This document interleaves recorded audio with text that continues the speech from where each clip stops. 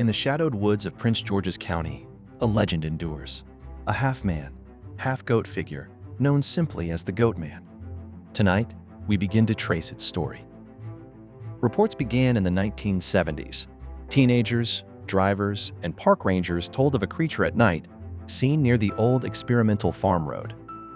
Some call it myth, others swear by what they saw. Our investigation gathers eyewitness accounts, archival reports, and the worn headlines that fed a local panic. What follows is part history, part folklore, and part cold case inquiry. We speak to experts, examine evidence, and walk the areas still whispered about. This is not a horror story told for fright. It is an attempt to understand how fear, place, and rumor became entwined in a single figure. Stay with us as we move from first sighting to modern-day memory, tracing the Goatman's imprint on Maryland's landscape and imagination. The earliest published accounts come from local newspapers and radio, brief notes that morphed into vivid retellings at kitchen tables and schoolyards. A 1971 police report describes a terrified driver screaming before abandoning a car. Their statement is brief, but the fear is clear. We interviewed a woman who was a teenager then. She remembers headlights, a silhouette, and the sound, a goat-like bleat that froze her on the road. Memory is malleable, but patterns appear. Late nights, wooded roads, and often teenagers alone in cars, a vulnerable audience for legend. Folklorists tell us this fits a classic model, an embattled landscape, a youth culture on edge, and a monster that answers those anxieties. But beyond folklore, physical traces emerged, tire marks, overturned fences, and notes in police logs that demand sober attention. Police files show repeated calls to specific locations. Many reports were never resolved, written off as prank or misidentification.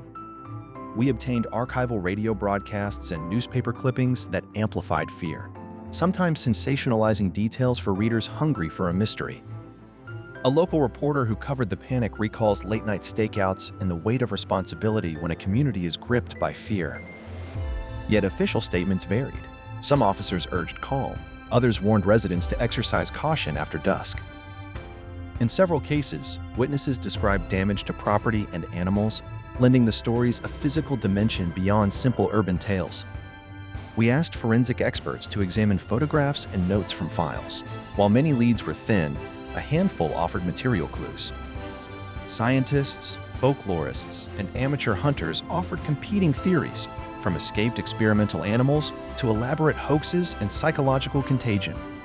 Communities convert isolated incidents into ongoing narratives that fit pre-existing fears. A wildlife biologist points to misidentification.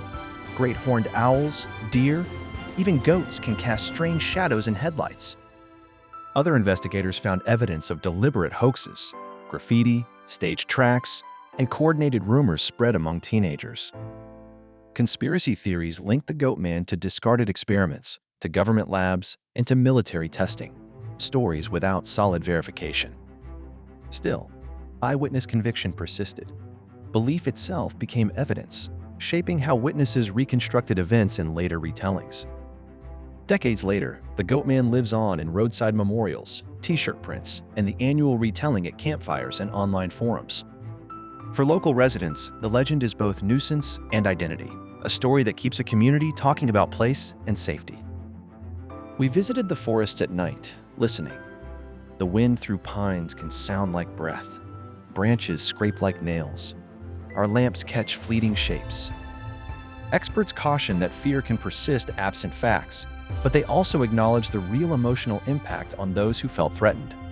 Our final interviewee, who once reported a sighting, says the memory still tightens their chest when they pass the old road.